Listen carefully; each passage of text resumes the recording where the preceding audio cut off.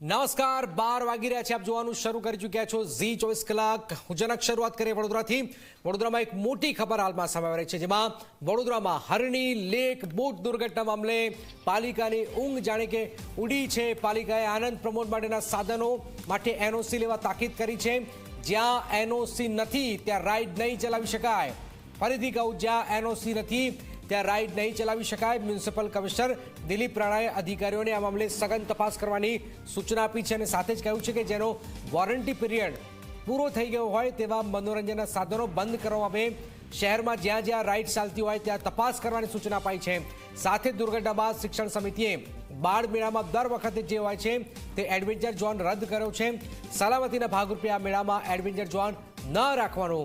નિર્ણય પણ લેવામાં આવેલું છે હરની દુર્ઘટના બાદ હવે રહીને વડોદરા કોર્પોરેશનની ઊંઘ ઉડી રહી છે હાલાકી જિમ્મેદારી કોર્પોરેશનની પણ એટલી જ છે પણ કોર્પોરેશન છટકવાના પ્રયત્નો જે